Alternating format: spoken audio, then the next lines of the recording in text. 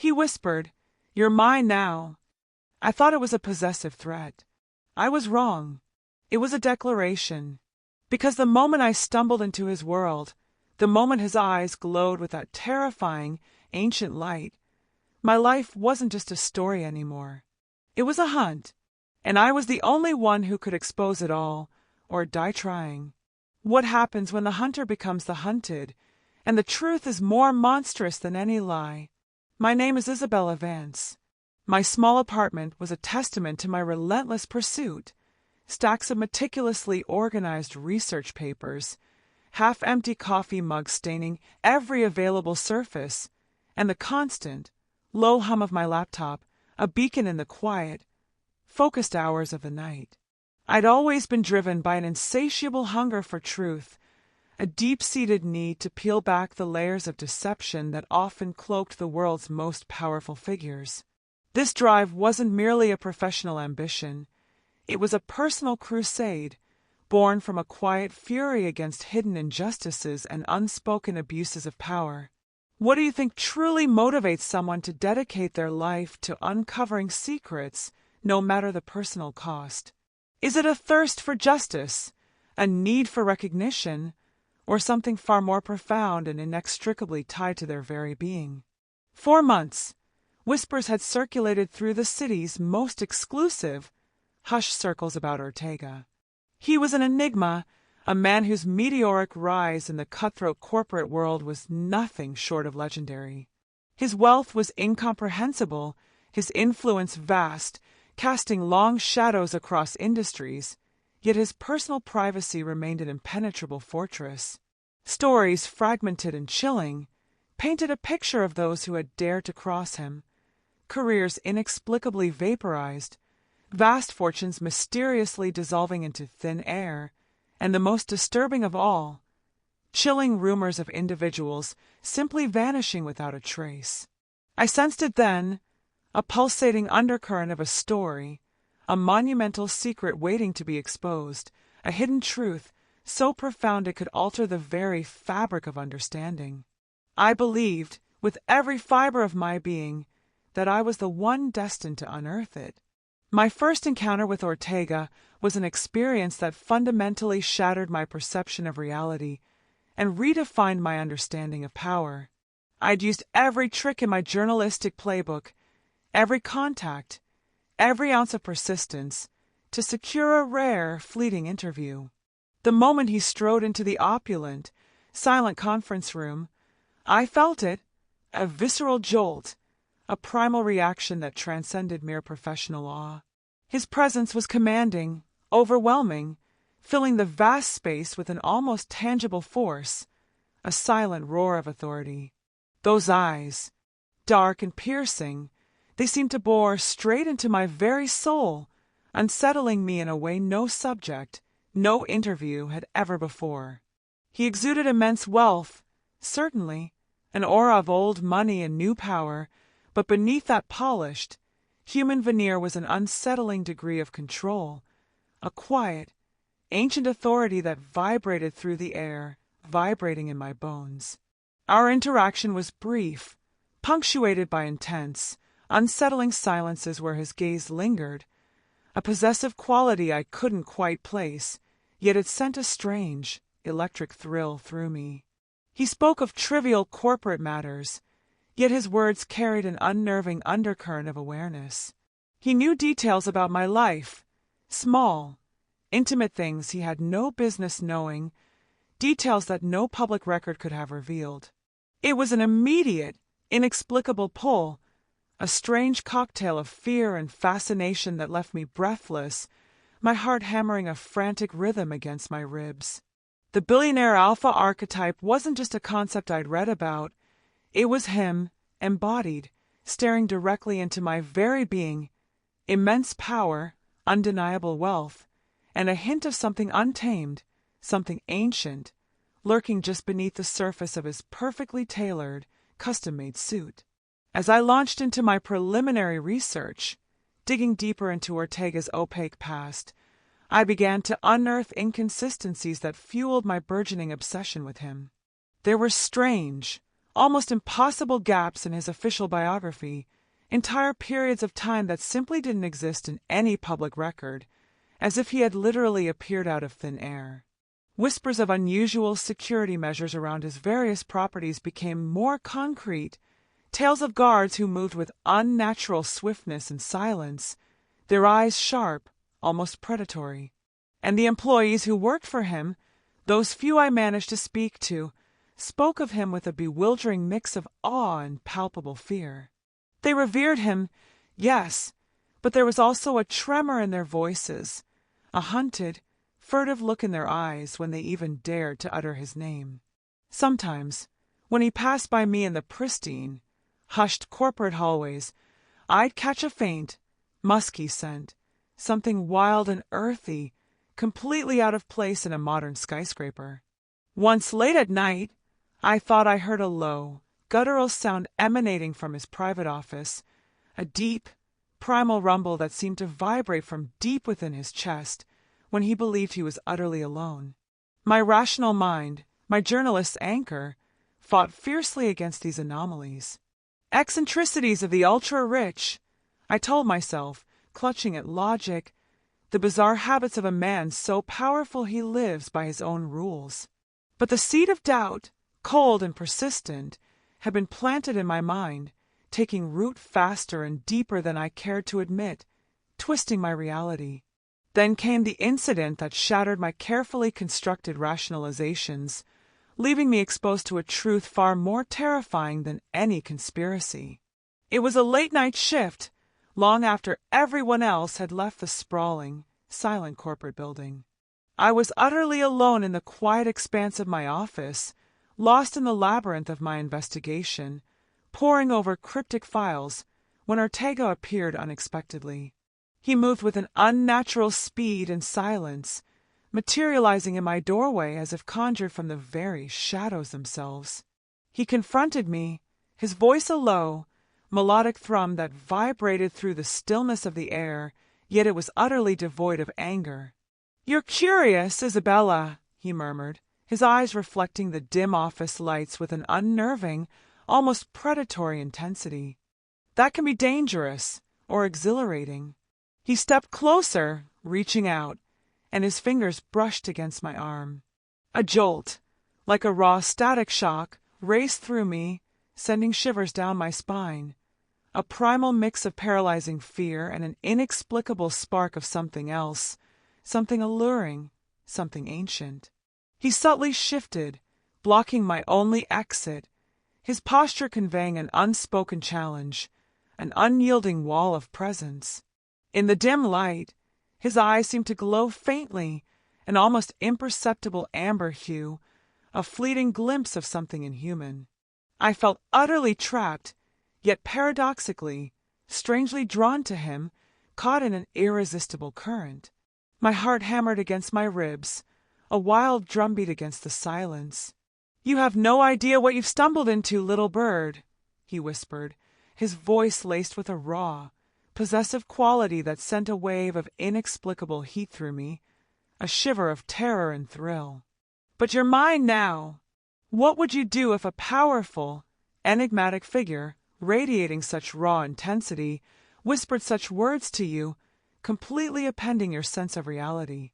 How would you react to such a potent blend of primal fear and undeniable magnetic attraction?" Shaken to my core, but infused with a new, dangerous determination, I plunged deeper into my investigation.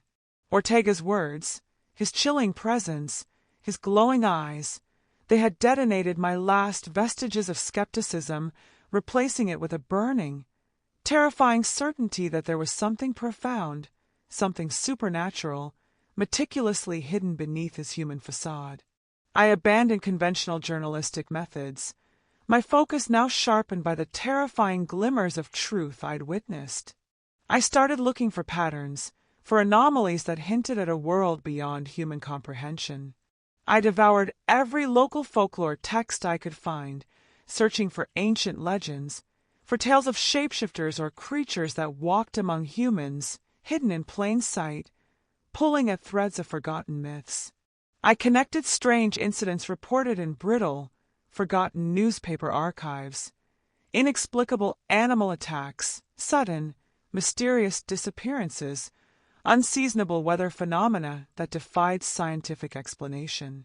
I spent countless hours in dusty, secluded libraries, poring over brittle, yellowed manuscripts, searching for obscure references that might illuminate Ortega's secret. I even dared to venture into the darker, more conspiratorial corners of the internet, finding obscure online forums where hushed conversations revolved around cryptids and unexplained phenomena, threads that spoke of ancient bloodlines and hidden, powerful communities. Former employees, terrified to speak openly, offered only cryptic warnings, their eyes wide with fear, confirming my deepest suspicions without uttering a single damning word. I was actively pursuing the exposing narrative, convinced I was on the absolute verge of a major breakthrough, a revelation that would rock the foundations of the world as I knew it. But a part of me, a small, terrified, yet exhilarating part, knew that I wasn't just exposing a story. I was walking headfirst into a living legend, into a reality that defied every logical explanation. Then I saw it, unmistakable evidence that left no room for doubt, that tore through my last defenses of rational thought. One moonlit night, observing Ortega from a discreet, hidden distance, I saw his eyes shift. Not just a trick of the light, not an illusion, but a complete, undeniable transformation from their deep, human brown to an unnatural, blazing, predatory gold, then back again in a terrifyingly swift blink. Another time, during a particularly bright, full moon, a distant, mournful howl ripped through the night, a sound so primal, so ancient, that it resonated deep within my bones, a chilling symphony. The next day, Ortega was conspicuously absent from the office, only returning hours later, looking unusually drawn, exhausted, his face gaunt, his movements slower than usual. And the musky, earthy, wild scent that clung to him was stronger, more pronounced than ever before, sending a strange, terrifying thrill through me. I found claw marks on his polished mahogany desk once, deep, splintering gouges that couldn't have been made by human hands, impossibly sharp and powerful, as if a large, predatory animal had raked its claws across the solid wood. And on another occasion, I witnessed him heal from a minor injury, a deep cut on his hand from a shattered glass, impossibly fast, the skin knitting itself together before my very eyes, leaving no trace. My rational mind struggled, fought desperately against the overwhelming, irrefutable evidence, trying to invent logical explanations, to rationalize the impossible, but it was futile. The proof was undeniable, overwhelming. Fear, cold and gripping, mixed with a strange, almost magnetic fascination, a terrifying curiosity that propelled me forward despite the clear, escalating danger. Ortega's possessiveness intensified dramatically, becoming more overt, more undeniably terrifying. He seemed to accidentally show up wherever I was at my favorite, secluded coffee shop, in the quiet park I occasionally jogged through, even materializing silently outside my apartment building late at night. Lavish, unsolicited gifts began arriving at my door, rare, exotic flowers, antique books I'd only ever dreamed of possessing, custom-made designer clothes that fit perfectly, as if measured. My professional schedule, once entirely my own domain, seemed to be subtly manipulated, my assignments mysteriously shifted to keep me in close, inescapable proximity to him, often requiring me to work late hours in his direct vicinity under his watchful gaze. He'd make comments that hinted at a deeper, predestined connection, his voice a low, resonant rumble that seemed to vibrate through my very bones, bypassing my intellect and speaking directly to something primal within me. "It was only a matter of time before our paths crossed, Isabella," he'd murmur, his gaze unwavering, full of an ancient knowing that chilled me. "Some bonds are forged long before we understand them, before we even acknowledge their existence, written in the very fabric of the cosmos.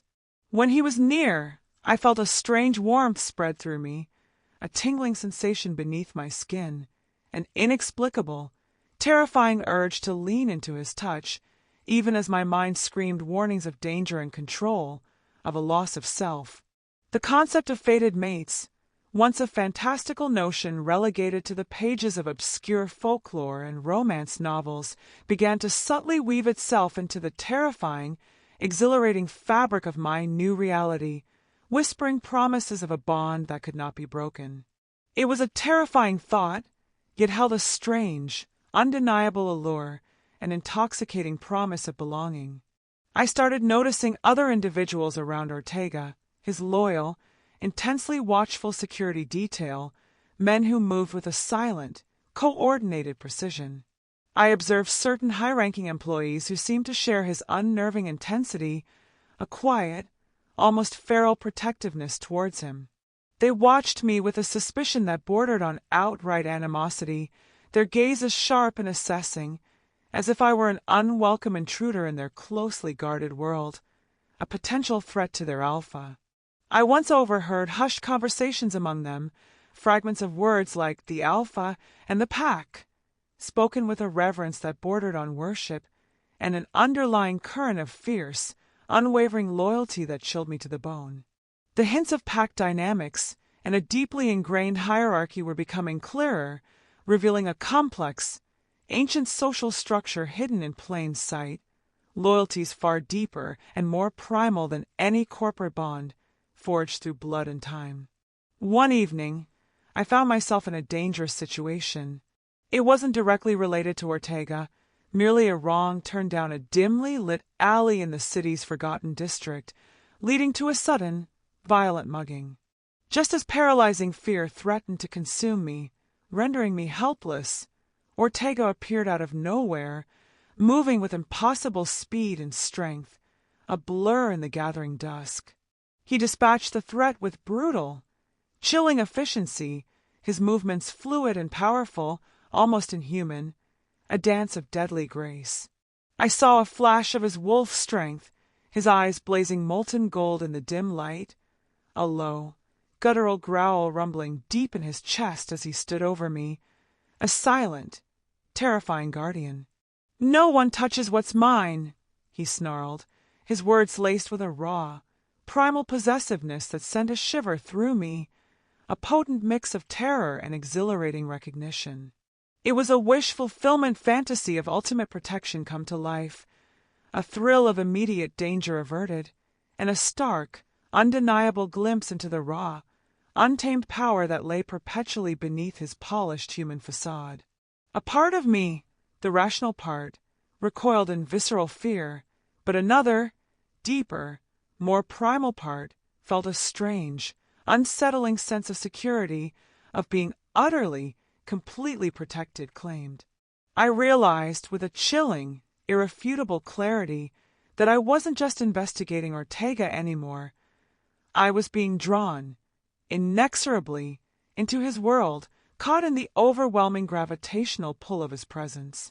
He began to offer me opportunities that were too good to refuse, too perfectly tailored to my desires, a significant promotion within his vast media empire, a new, luxurious living arrangement closer to his secluded estate, even a protective detail that effectively kept me under his watchful, golden gaze, yet cunningly disguised it as concern for my safety and well-being. I felt like a moth to a dangerously beautiful flame, terrified by the consuming heat, but utterly unable to pull away, drawn by an irresistible force. The line between my journalistic investigation and my growing, forbidden attraction blurred, then dissolved completely, leaving me adrift in an indistinguishable haze of desire and fear. "You're getting closer to the truth, Isabella," Ortega said one day, his gaze intense, knowing, seeing into my very soul. "Are you sure you want to find it? Because once you do, there's no turning back.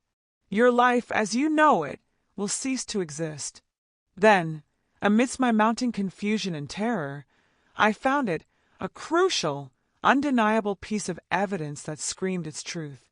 It was an ancient text, intricately bound, hidden away in a concealed compartment within his private, sprawling library filled with cryptic symbols and archaic script. The symbols were strikingly similar to those I'd seen etched into the architecture of a sprawling estate, and even on a discreet pendant he sometimes wore beneath his shirt. It was undeniable, this ancient document, detailing a lineage of powerful shapeshifters, undeniably linked Ortega to the supernatural, to a world I had believed existed only in myths. Armed with my new, irrefutable proof, a weight both terrifying and exhilarating, I confronted Ortega. My heart hammered a frantic rhythm against my ribs, but my journalistic resolve, though trembling, held firm. I demanded answers, my voice surprisingly steady. He didn't deny everything. He merely regarded me with a look of ancient wisdom and profound resignation in his eyes, as if he had anticipated this moment for a lifetime. He revealed some of the truth, that he wasn't entirely human, that he carried a unique, ancient condition, that he was indeed part of an ancient lineage stretching back millennia, a secret kept through generations of sacrifice. He carefully avoided the explicit word werewolf, but his admissions, his quiet confessions, confirmed my every terrifying suspicion about his unusual nature. He even offered a controlled, terrifying display of his power, enough to intimidate and impress, but carefully calibrated not to completely terrify me. He moved a heavy marble desk across the room with a mere flick of his wrist, his eyes blazing gold with raw power, then quickly suppressed the change, regaining his human composure. The air vibrated with a raw tension, a sense of precarious balance, a chilling exploration of power dynamics, and the thrilling, terrifying sensation of getting closer to the heart of the truth, even as it threatened to consume me whole. How do you think Isabella truly felt at that moment, having her wildest, most terrifying suspicions confirmed by the very man she sought to expose? Did she feel a rush of vindication, or utterly overwhelmed by the unfathomable magnitude of the revelation, the complete shattering of her reality? Now, with my knowledge unequivocally confirmed, Ortega began to subtly, yet definitively, initiate me into his hidden world. It was no longer a secret to be kept from me, but a terrifying, exhilarating reality to be shared, to be understood. He brought me to formal gatherings at his sprawling, secluded estate, gatherings that were ostensibly business functions for human eyes, but where I observed, beneath the polite human veneer, the true, rigid pack hierarchy in action, a complex web of power and loyalty.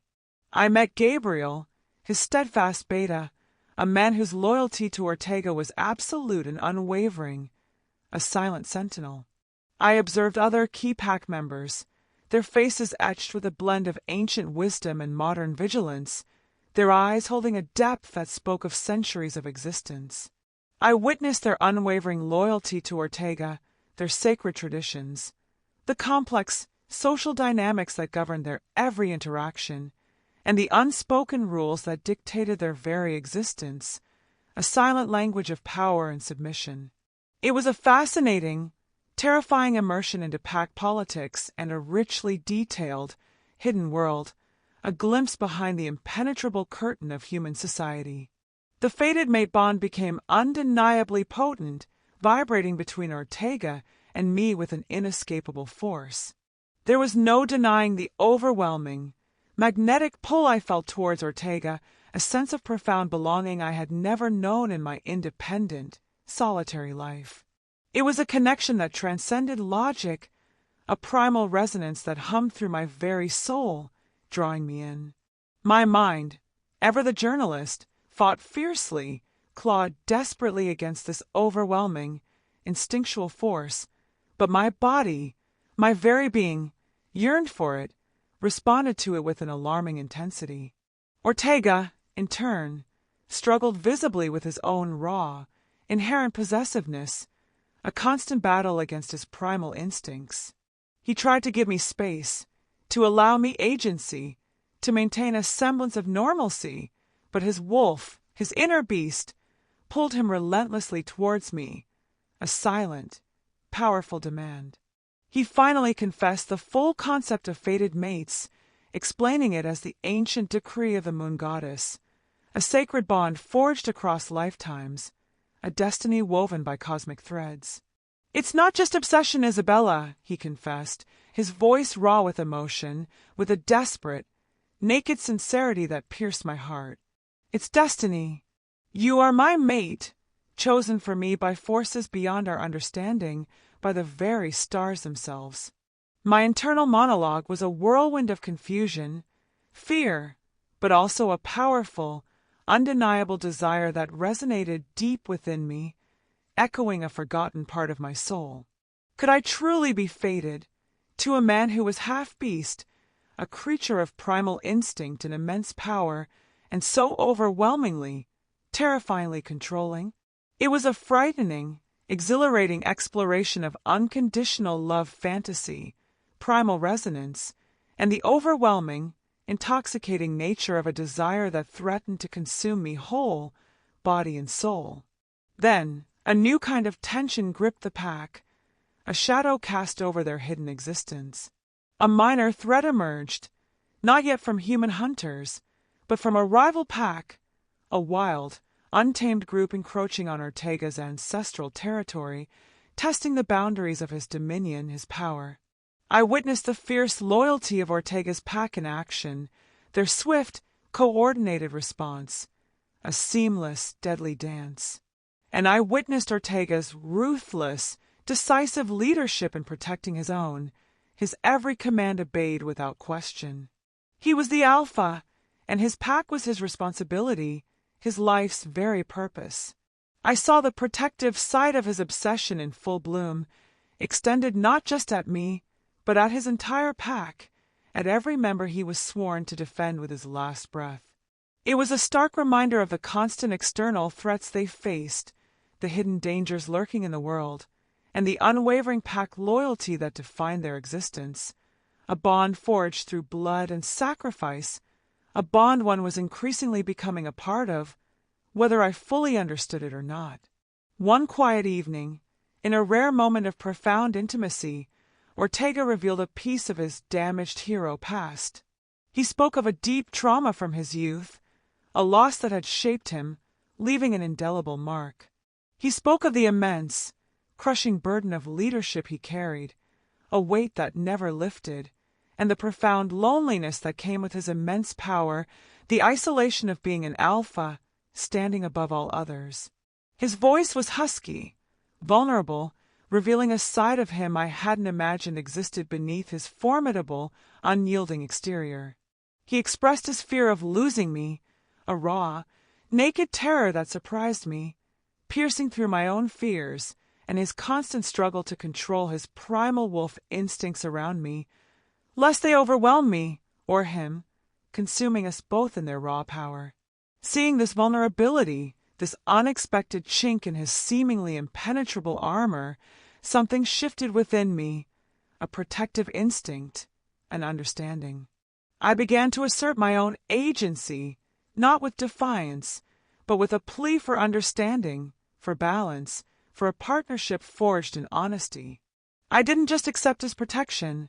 I demanded honesty, respect, and crucially, a choice in my own destiny, a voice in our shared future.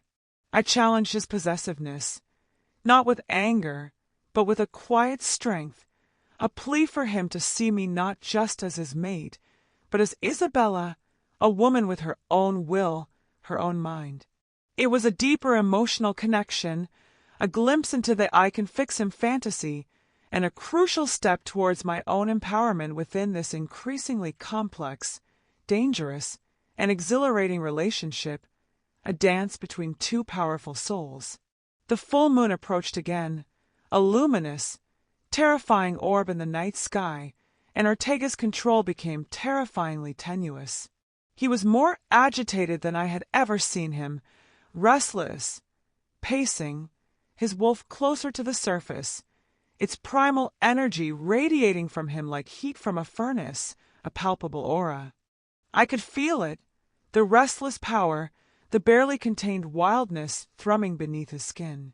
Driven by my unshakable investigative instincts, now fused with a desperate, growing sense of dread, I knew I needed to expose the full truth, not just for my story, but for my own understanding, for my survival, for my very sanity. I had to witness the complete transformation I'd only ever glimpsed, to confront the absolute reality of what he was. I decided to follow him, to see for myself. The duality of human and beast was reaching its terrifying crescendo, and the stakes, I knew, had never been higher or more personal. Then, under the direct, blinding glare of the full moon, I witnessed it. Ortega's full, terrifying transformation. It wasn't just a man changing. It was a primal, powerful beast emerging, a magnificent, terrifying creature of muscle and fur, its eyes blazing molten gold with raw, unthinking power. The sounds were guttural, horrifying, the snapping of bones, the tearing of clothes, the deep, resonant snarls that ripped from his throat, echoing in the quiet night. In my shock, my sheer terror, I made a small sound, a tiny gasp that broke the sacred silence of the forest, alerting the newly transformed Alpha. His wolf instincts, dominant and raw, took over completely. He didn't recognize me as his mate in this primal, uncontrolled state. He saw only an intruder, a threat in his territory, a scent that didn't belong. And then he hunted me. The ground trembled with the pounding of his paws against the earth, the ragged sound of his breath, my own terrified gasps echoing in the oppressive stillness of the forest. I ran, desperately, blindly, my heart a frantic drumbeat. I was cornered, my back pressed against a cold, rough tree trunk, the Alpha's hot, panting breath on my face, his snarling jaws inches from my throat. Pure terror, primal fear, the ultimate, terrifyingly real danger I had ever faced, a fear that stripped away everything but the raw instinct to survive. Just as he lunged, just as I braced for the end, a new threat exploded into the clearing, not from within the pack, but from outside. Human hunters, a well-armed, organized group who had been tracking Ortega, who had, somehow, discovered his most profound secret. They burst forth, their weapons glinting with cold steel in the moonlight, their faces grim and determined, devoid of any humanity. They weren't after just any werewolf, they were after the Alpha. They revealed their chilling purpose, their voices cold and devoid of emotion, to capture and kill Ortega, to eradicate all werewolves from existence, to cleanse the world of what they called abominations. And then, a chilling revelation that sent a fresh wave of terror through me, a bitter taste of regret. They revealed that my initial exposing efforts, my relentless pursuit of the truth, my journalistic zeal, had inadvertently led them here, had put me, and the entire pack, in far greater, irreparable danger. My meticulously crafted investigation had become their damning lead. The clearing erupted into a furious, chaotic battle. Ortega, even in his primal, uncontrolled wolf form, instinctively turned a low, ferocious growl rumbling deep in his chest, abandoning his pursuit of me to protect me from the new, shared threat. He fought fiercely, a whirlwind of muscle and teeth, a blur of fur and deadly force, displaying his full alpha power against the armed, determined hunters. His ferocity was breathtaking, awe-inspiring, a force of nature unleashed. Mid-fight, as he tore through their ranks, his eyes, still blazing golden with raw power, flashed briefly, unmistakably, with a flicker of human recognition as they met mine. It was a silent plea, a desperate communication, a primal plea for me to trust him, even now, even in this terrifying, monstrous form. It was the absolute climax, the full, horrifying revelation of his nature, the undeniable external threat, and the heightened stakes that now bound us together inextricably. The immediate threat, the first wave of hunters, was repelled, their forces scattered, their attack repelled, at least for now. They would return, I knew. Ortega, exhausted and partially shifted, his magnificent wolf form shimmering, beginning to recede, collapsed to the ground, his human skin starting to show through the fur. I was safe, physically unharmed, but utterly terrified and profoundly overwhelmed by the sheer magnitude of what I had witnessed, by the new, terrifying reality I now inhabited.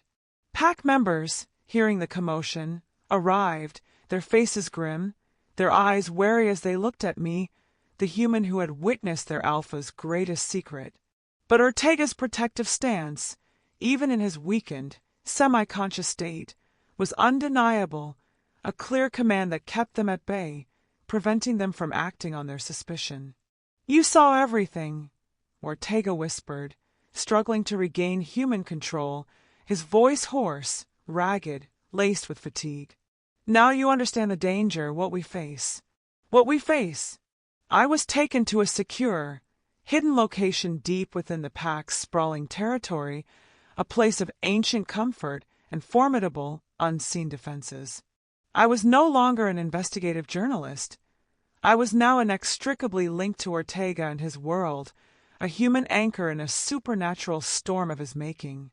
My exposing mission had succeeded beyond my wildest, most terrifying dreams, but at what profound, unforeseen cost?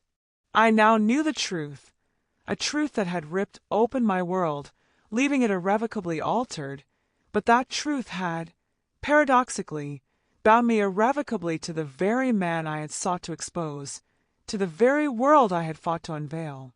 My feelings for him were a terrifying, exhilarating, and confusing mix of primal fear, profound fascination, and an undeniable, fated pull that defied all logic, all reason.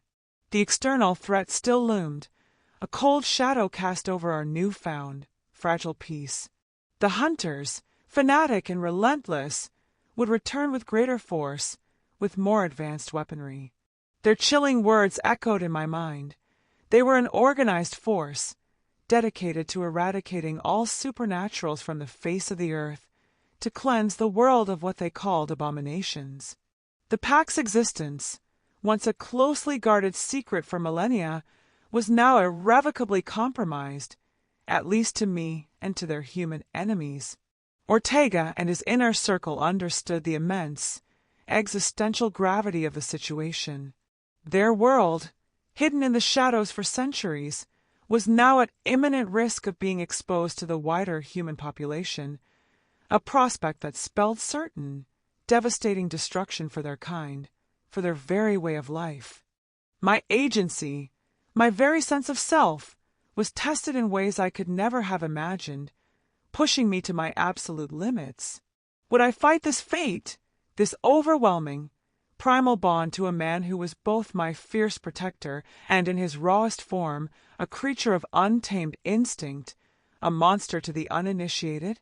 Or would I embrace my role as the alpha's fated mate, now fully aware of his dangerous obsession and the perilous, extraordinary world I had been dragged into? The choice felt impossible, a chasm yawning before me, yet somehow, in the quiet moments of the moonlit nights, it felt terrifyingly, thrillingly inevitable. The truth had set me free from my mundane, predictable human existence, but bound me to a destiny, to a power, and to a love I never dared to dream of, a love born of danger and primal connection.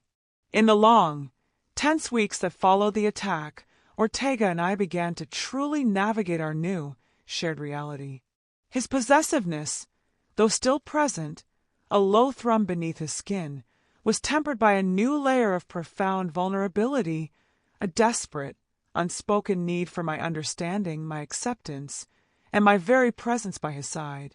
He allowed me unprecedented access to the pack's ancient history, their sacred laws, the complex web of alliances and bitter rivalries that had governed their kind for millennia. I learned of the moon goddess, not as a distant, abstract legend, but as a tangible force, a guiding hand that meticulously wove destinies, connecting souls across time and space, her power undeniable. I witnessed firsthand the breathtaking depth of pack loyalty, a bond forged not just in shared blood, but in shared purpose, in a collective will to survive against all odds. I saw how Ortega, despite his formidable power and the crushing weight of his ancient lineage, carried the immense burden of protecting his people, a burden that etched lines of weary responsibility into his handsome, unyielding face. My journalistic instincts, far from fading into irrelevance, found a powerful, exhilarating new purpose. Instead of merely exposing the supernatural, I found myself understanding it, protecting it, becoming its fierce advocate. I became an unexpected, crucial bridge between two worlds, using my honed investigative skills to gather intelligence on the relentless hunters, to anticipate their movements, to unravel their strategies before they could strike again. I worked tirelessly alongside Gabriel, Ortega's loyal beta, a man of quiet strength and unwavering dedication, meticulously piecing together fragments of information, analyzing their patterns, identifying their weaknesses. The thrill of the chase, the adrenaline rush of uncovering hidden truths, was still there, but now the stakes were profoundly personal, etched into my very soul. My life, Ortega's life, the lives of an entire ancient community, an entire hidden lineage, depended on my ability to understand and outmaneuver our relentless enemies. During this intense period of preparation and shared purpose, the bond between Ortega and me deepened, evolving far beyond mere obsession into something profound, undeniable and utterly unique. It was a primal connection. Yes, a recognition of souls across the veil of reality, but also a meeting of minds, a shared purpose forged in the crucible of constant danger. I found myself drawn, not just to his raw strength and fierce protectiveness, but to the rare moments of quiet tenderness he reserved only for me, moments where the formidable alpha melted away and only the man remained, vulnerable and open. He, in turn, began to respect my intellect, my unwavering courage, and my tenacious pursuit of truth, even when that truth was inconvenient or challenged his own long-held beliefs. He still occasionally called me Little Bird, but now it was a term infused with deep affection, a recognition of my spirit, not just possession. He understood, with a clarity that both surprised and humbled him, that my spirit could not be caged, that I needed to fly, even if that flight took place within the confines of his world by his side. He wanted me there, as an equal partner, not as a captive. The hunters, true to their fanaticism, mounted a full-scale assault, a coordinated strike far more dangerous, far more brutal than their previous attempts. It was a chaotic, bloody battle that pushed the limits of both the pack's formidable strength and my own newfound courage to their breaking point. I stood by Ortega's side, not as a helpless bystander or a fragile human, but as an integral, active participant in the defense, a force to be reckoned with. My understanding of their world, coupled with my human ingenuity and tactical thinking, proved invaluable. I helped devise strategies, identified weaknesses in the hunter's precise, merciless tactics, and even, in one terrifying, heart-stopping moment, used my quick thinking and a forgotten piece of old wiring to disarm a hunter who had Ortega cornered, his wolf form momentarily overwhelmed by numbers. The hunters were driven back, their forces decimated, their immediate threat neutralized, their fanaticism momentarily quelled by the sheer power of the pack. But the war, we knew, was far from over. This was merely a battle won, a temporary reprieve, not the end of the conflict. In the quiet, tense aftermath, as the wounded were tended to and the fallen mourned with solemn rituals, the pack looked at me differently. No longer merely the alpha's mate, the outsider. I was now seen as part of their family, a fierce ally, a powerful force who had fought alongside them, bled with them, and stood tall in their darkest hour. My mission to expose the truth had indeed come full circle, twisting into something far beyond my initial comprehension. I had exposed a hidden world, yes, but in doing so, I had become an integral, indispensable part of it. I was no longer a lone journalist chasing a story. I was the Luna, the Alpha's mate, a leader in my own right, standing at the precipice of a new, dangerous, exhilarating future. The final sound is not a distant howl of dread, but the subtle, resonant, deeply content purr from Ortega as he holds me close, his human warmth a comfort against the lingering chill of battle. It is a purr of shared victory, of profound relief, and of an undeniable, unbreakable bond forged in fire and blood.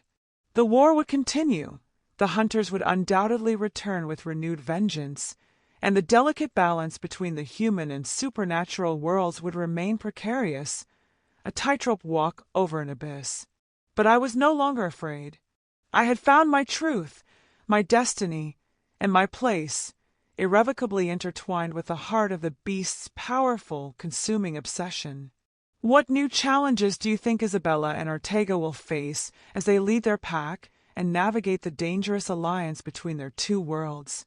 How will their unique bond influence the future of the supernatural community and the outcome of this ancient war? Share your theories in the comments below.